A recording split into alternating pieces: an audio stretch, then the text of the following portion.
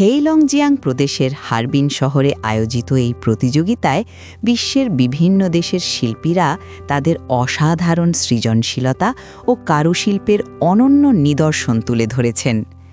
ধারণা করা ফুটেজে দেখা যাচ্ছে ঝাওলিন পার্ক জুড়ে ছড়িয়ে থাকা চোখ ধাঁধানো বরফের ভাস্কর্য। তুষারে ঢাকা পরিবেশে দর্শনার্থীরা পুরস্কারপ্রাপ্ত শিল্পকর্মগুলো উপভোগ করতে ভিড় জমিয়েছেন। আলোর প্রতিফলনে বরফের ভাস্কর্যগুলো যেন জীবন্ত হয়ে উঠেছে।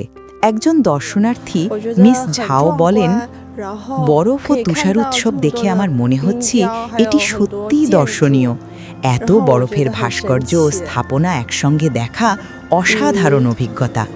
বিশেষ করে বিভিন্ন দেশের শিল্পীদের তৈরি ভাস্কর্যগুলো আমাকে মুগ্ধ করেছে।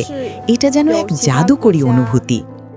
অন্য এক দর্শনার্থী মিস ওয়াং জানান, হারবিনের জন্য এটি একটি যুগান্তকারী আয়োজন। এই প্রতিযোগিতা বিভিন্ন দেশের মধ্যে সাংস্কৃতিক বিনিময়কে উৎসাহিত করে এবং দর্শনার্থীদের কাছে শহরটির একটি চমৎকার পরিচয় তুলে ধরে। এবারের প্রতিযোগিতায় প্রথম পুরস্কার অর্জন করেছে রাশিয়ার আমুর্স্ক অঞ্চলের কারিগরদের দল। তাদের শিল্পকর্ম অ্যালোন ইন দ্য ফরেস্ট নিখুঁত কারুশিল্প, গভীর আবেগ ও অনন্য থিমের মাধ্যমে বিচারকদের মুগ্ধ করেছে।